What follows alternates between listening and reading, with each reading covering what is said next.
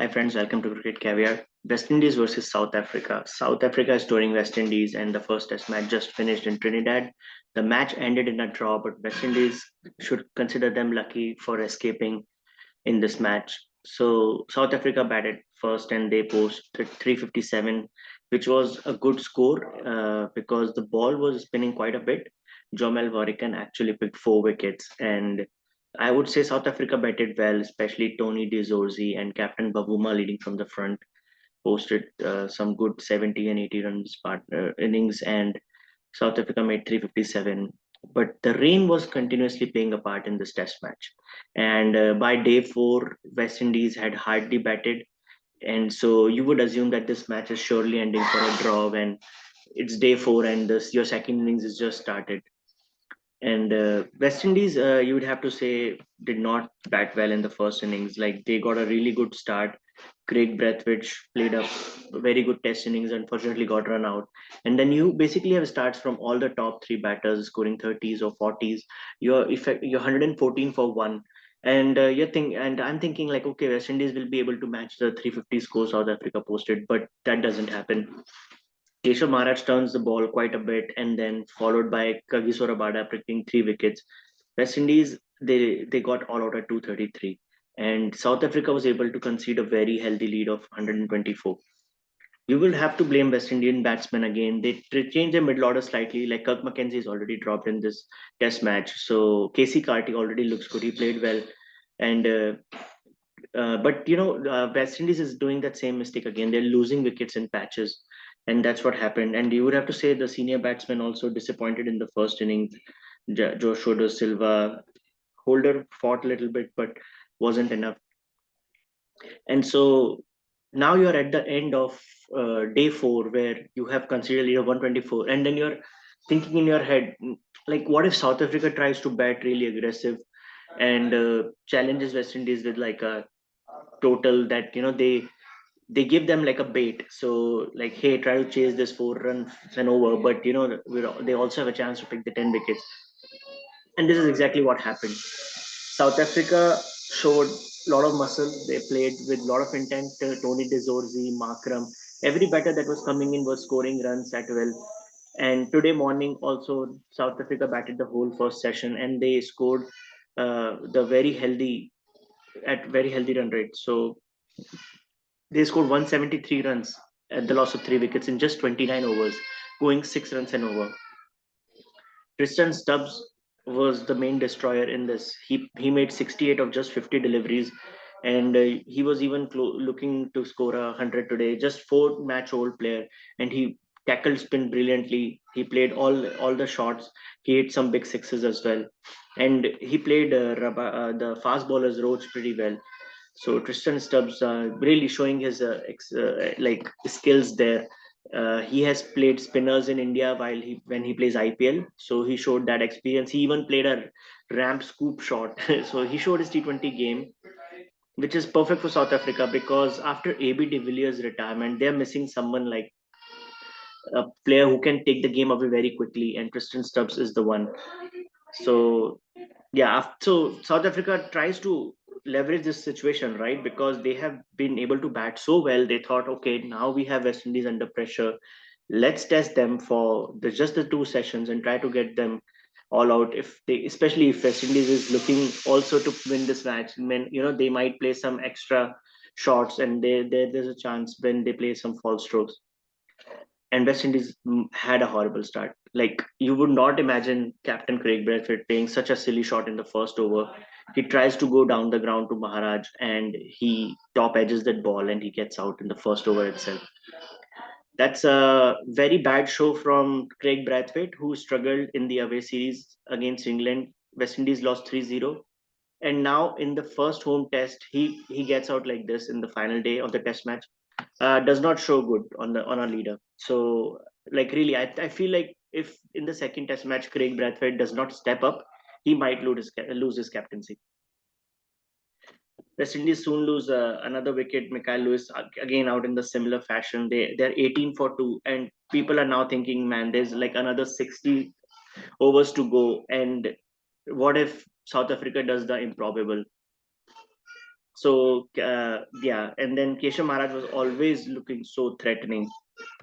And then soon they also lose Casey Carty, LBW by Maharaj, and so West Indies are 64 for 3. Another 50 overs to go in the game. There was a little bit of a rain break. So again, you were, as a West Indian fan, you were like, okay, this is going for a draw. We can chill a bit. But no, when rain breaks concludes, Keshav Maharaj picks another wicket. And this at this situation, West Indies still needed 230 runs, which is very hard to get in just 50 overs. But South Africa had all the chances to pick up the next 7 wickets. They were thinking that okay, maybe we can put the West Indian team under pressure and they will lose wickets in clusters like they did in the first innings. And this is what they were trying to do. But who was the batting pair? It is those guys from Dominica, Kevin Hodge and Alick Athanaze. And these two again put up a good partnership to not just put West Indies back in the game, but they actually saved West Indies from an embarrassing test defeat today. For sure, their 63-run partnership, they had enough balls and runs to put West Indies again in a safe position. Alec Athanaze was especially formidable. Like he played such good strokes, especially on the back foot. And he cut the ball very nicely. He played spinners very nicely. He rotated the strike very well, and he played with a lot of intent. People were actually confused that actually the way Alec Athanaze was playing, you thought West Indies is not just looking to save this match. He's looking for a breezy 150 to win this. Like this is something very good by Alec Athanaze. But unfortunately he loses Kevin Hodge, and again it was Keshav Maharaj who.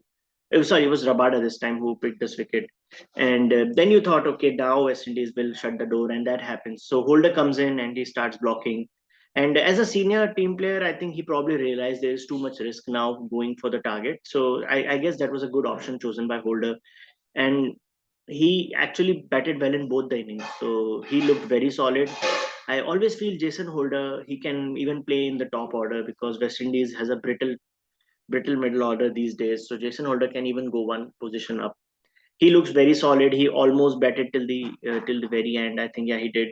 But on the other hand, you were thinking like Alec Athanaze might get his test done, but no, he actually Markram sets a trap for him and he gets caught at the short square leg direction and he goes out for 92. And just 3 or 4 weeks ago, he missed his turn in the second test match as well when Kevin Hodge got his turn, but he didn't. He got out at 82, and today he got out at 92. So he's again a very solid player, but unfortunately, he's not able to cross that landmark. Joshua Da Silva comes in, and he and Holder sees West Indies home. They don't lose any more wickets. Holder hits a very big six to Maharaj, and after that, Babu just decides to shake hands with them, and tells it's time. Like let's just settle down this for a draw. I think only 7 overs were remaining at that point. So West Indies finished at 201 for 5, just like 96 runs away from the target. And but yeah, they saved this test match. They actually batted well. They played like 56 overs today or something like that, and they managed to save the test match. But yeah, a lot of questions for West Indies. Happy for the fans that they got some exciting cricket on day 5 because the Olympics just concluded and now we wanted to watch something. And this was a very good, exciting day 5 test match where all the 3 results were possible and West Indies were ultimately able to save a draw. But questions will be asked on West Indies, especially like right from their last series to this series. Why none of their bowlers are able to contain the batters? Why are they going 5 and 6 runs and over?